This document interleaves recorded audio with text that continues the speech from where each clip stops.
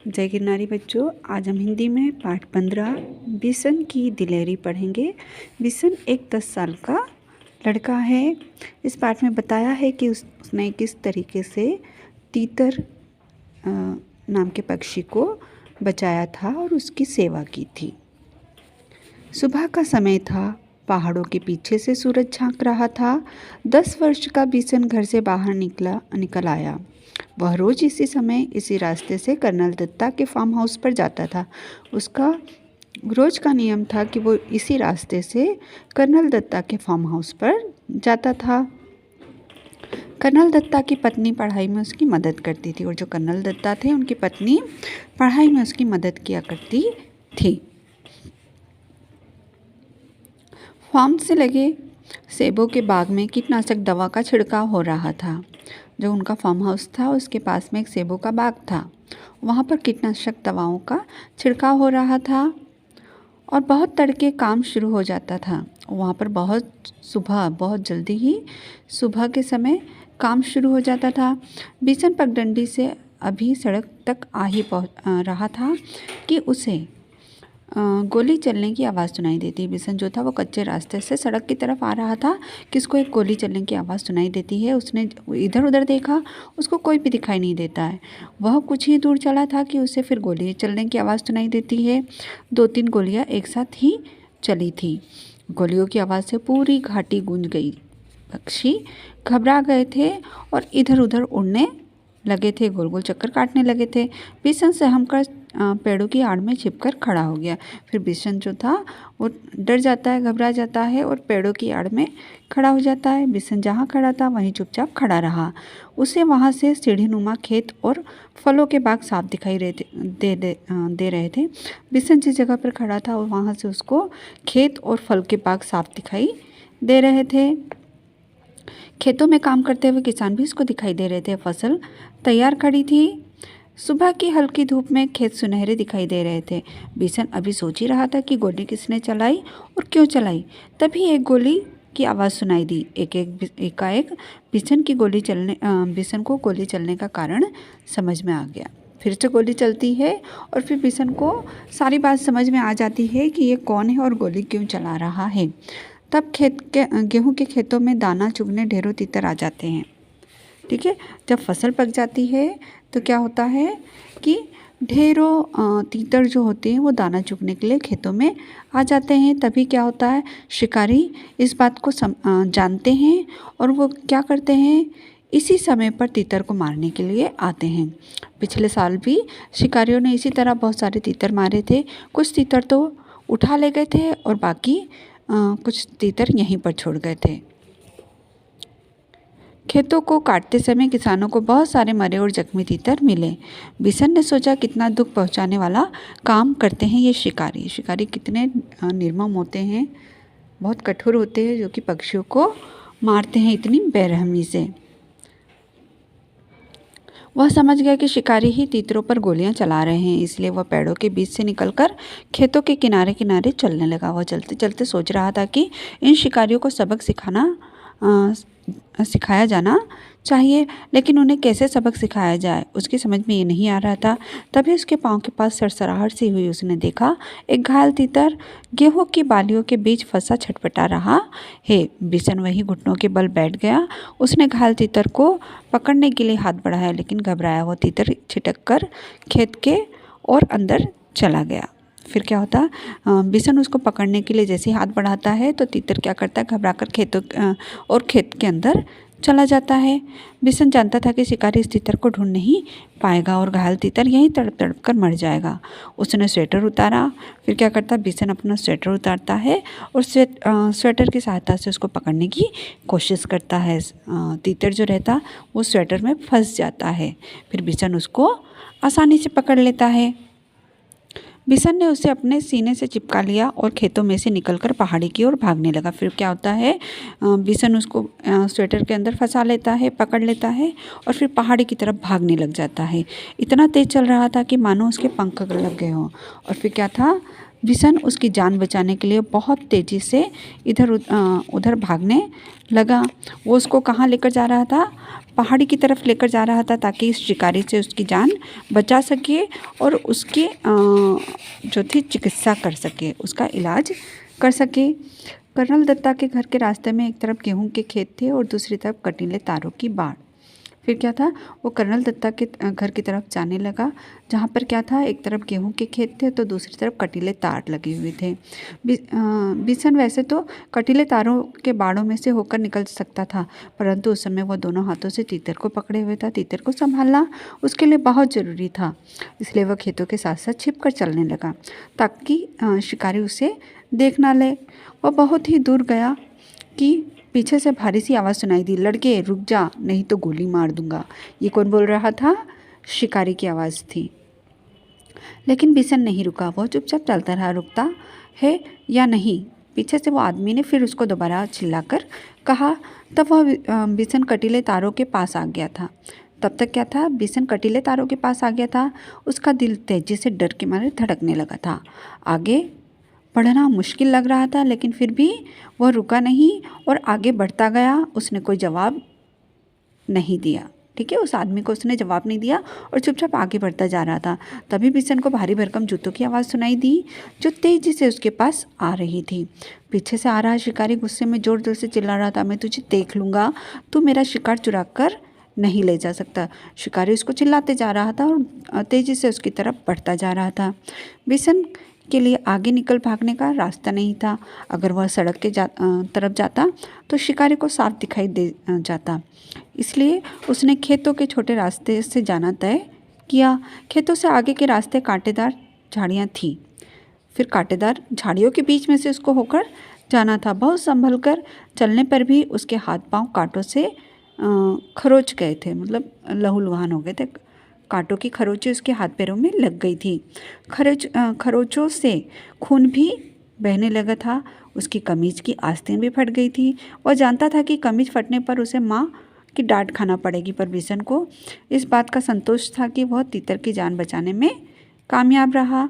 झाड़ी से बाहर आकर वह सोचने लगा कि कैसे पहाड़ी के कोने से फिसलकर नीचे पहुंचा जाए, लेकिन उस कोने में घास बहुत ज़्यादा थी और ओस के कारण फिसलन भी हो रही थी। वह थककर एक किनारे पर बैठ गया। अभी वह बैठा ही था कि उसे पाँव की आहट सुनाई दी। आहट सुनते ही वह उठकर दौड़ पड़ा। दौड़ते दौड़ते वह आधी पहाड़ी पार कर चुका था।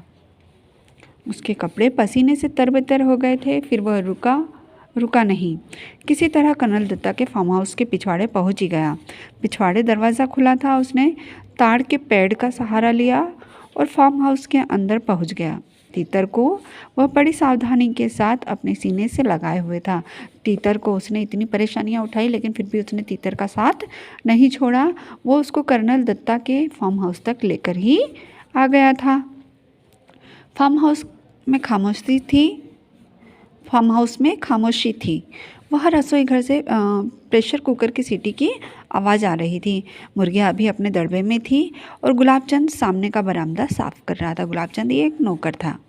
अचानक कर्नल साहब का अल्सेशियन कुत्ता ज़ोर ज़ोर से भौंकने लगा। वह किसी अजनबी को देखकर ही इस तरह भौंकता था। बिशन समझ गया कि शिकारी इधर ही आ रहे हैं। जो कर्नल दत्ता का कुत्ता था वो शिकारियों को देखकर भौंकने लगता है। उसने इधर उधर देखा ताकि वह तीतर को कहीं अच्छी तरह से छिपा सके। एक और शेड के नीचे बहुत सारा कबाड़ पड़ा था। उसी में एक टूटी टोकरी दिखाई दी। बिशन ने यह सोचा कि टोकरी में रखकर स्वेटर से ढक दूंगा उसे। घायल तीतर घबराया हुआ था, इसलिए वो चुपचाप पड़ा रहा।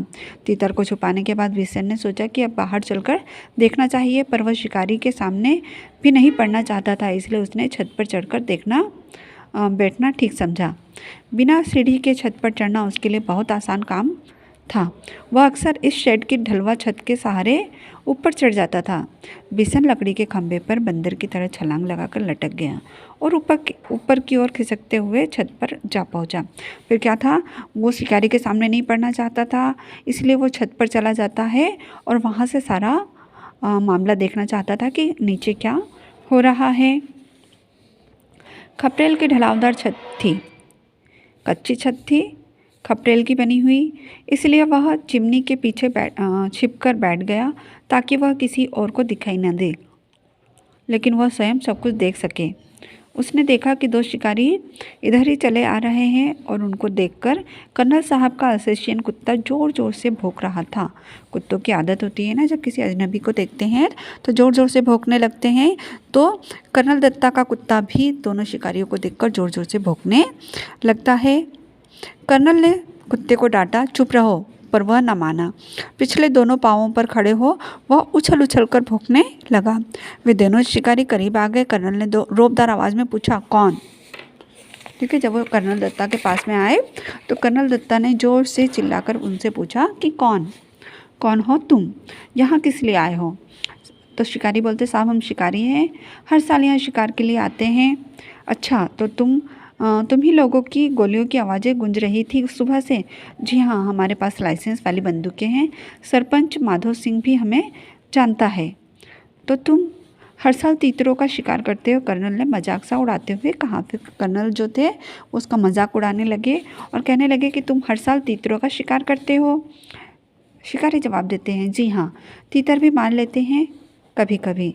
अभी अभी एक लड़का हमारे शिकार तीतर को लेकर आपके यहाँ आ छिपा, हम उसे ही ढूंढ रहे हैं। अच्छा, तुम तो इतने सारे तीतर मारते हो, उनका क्या करते हो? कर्नल साहब ने पूछा। सीधी सी बात है साहब। फिर वो शिकारी जवाब देते हैं कि सीधी सी बात है साहब, खाते हैं। दूसरे शिकारी ने जवाब दिया। फिर कुछ रुककर बोला, अब तो उस लड़के को ढूंढवा दीजिए साहब, वह इधर ही कहीं छुप गया है। कर्नल दत्ता ने उनकी बात पर कोई ध्यान नहीं दिया। गुस्से से कहा, कैसे हो तुम लोग? हर साल आकर इतने तीतर मार डालते हो, कुछ को खा लेते हो और बाकी को घायल करके यहाँ तड़प तड़प कर मरने के लिए छोड़ जाते हो। अब फसल कटती है तब ढेरों मरे हुए तीतर मिलते हैं। कर्नल दत्ता की बात सुनकर वे दोनों कुछ घबरा गए। उन्हें उम्मीद नहीं थी कि कर्नल इस तरह उन्हें डांट देंगे। कर्नल दत्ता ने उन्हें इतना ही कहकर नहीं छोड़ा, आगे बोले, पक्षियों को मारने और उससे ज़्यादा उन्हें घायल करके छोड़ जाने पर कोई बहादुरी नहीं है। अब तुम दोनों यहाँ से जा सकते हो, यहाँ कोई तीतर वितर नहीं है। अब जाते क्यों नहीं, खड़े क्यों हो? कर्नल दत्ता उनको बहुत डांटते हैं कि तुम हर साल आते हो, तीतरों को मार कर कुछ तीतरों को तो खा जाते हो और कुछ को अधमरा करके यहीं छोड़ जाते हो, जो कि जब फसल कटती है तो यहीं पर मरे पड़े हुए दिखाई देते हैं। बिशन चिमने के पीछे से सब कुछ देख रहा था और सुन रहा था।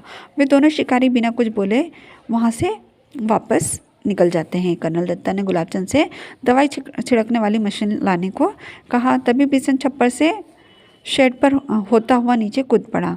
उसने तीतर को उठा लिया और घर में घुसते ही मालकिन की को पुकारने लगा, बहू जी जल्दी आइए, यह बहुत जख्मी है, आकर इसे देखिए। फिर वो क्या था, अंदर की तरफ जाता है घर में और वहाँ की मालकिन को आवाज़ देने लगता है कि इसे आकर जल्दी से देखो, ये बहुत ही घायल है। बिशन की आवाज़ सुनकर कर्नल दत्ता भी अंदर आ पहुँचे।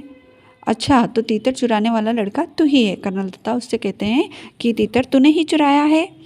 क्या करता बाबूजी, इसे बहुत चोट लगी है, अगर मैं ना लाता तो ये मर जाता। अब तू इसका क्या करेगा? इसे पालूंगा बाबूजी, बिशन ने कहा। कर्नल साहब मुस्कुरा दिए। उन्होंने घायल तीतर को देखा, उसका एक पंख टूट गया था, अब शायद ही वह उड़ सकेगा। जाओ दवाइयों का बक्सा लेकर आओ। फिर क्या था, कर्नल दत्ता दवाई का बक्सा मंगवाते हैं। बिशन दौड़कर बक्सा ले आया। कर्नल दत्ता ने तीतर के पैरों को के जख्म को साफ किया, फिर दवाई लगाई, फिर उसके पंख को फैलाकर टेप लगा दिया ताकि वह ज़्यादा हिले डुले नहीं। फिर उन्होंने बिशन से कहा, बिशन अगर तुम इसे गेंदे के पत्तों का रस दिन में 3-4 बार लगाओ पिलाओ तो यह जल्दी ठीक हो जाएगा। तब तक बहू जी कटोरी में दलिया ले आई और तीतर को दलिया खिलाते हुए बोली, इसे रोज़ दलिया भी खिलाना बिशन, तीतर को दलिया बहुत पसंद होता है। तब तो यह बिशन के पीछे पीछे ही घूमता रहेगा। कर्नल ने हंसते हुए कहा। वे कर्नल क्या कहते हैं कि यदि ये इसको दलिया खिलाएगा रोज़ तो ये तीतर तो रोज़ इसके आगे पीछे घूमेगा। अच्छा बिशन, तुम जानते हो तीतर कैसे बोलता है? बहू जी ने पूछा। बिशन ने अपने हाथों को मुँह पर रखकर तीतर की आवाज़ निकाली, क्वां क्वां क्वां। कर्नल दत्ता ठहाका मारकर हंस पड़े। बहू जी भी मुँह पर पल्लू रखकर हंसने लगी। बिशन भी हंसता हुआ हिरन की तरह छलांगे लगाता तीतर के साथ वहाँ से अपने घर की ओर भाग चला। तो आप लोगों ने देखा किस तरीके से बहादुरी से बिशन ने तीतर की जान बचाई और क्या किया, उसका दवा इलाज भी करवाया। तो हमें पक्षियों पर दया करना चाहिए, हमें पक्षियों को बंधक बनाकर नहीं रखना चाहिए। लेकिन यदि कोई पक्षी हमारे सामने घायल अवस्था में आता है तो हमें क्या करना चाहिए, उसकी देखरेख करना चाहिए। और हमें पक्षियों के लिए रोज़ अपने घर में दाना पानी रखना चाहिए ताकि पक्षी आसानी से उनको दाना पानी मिल सके।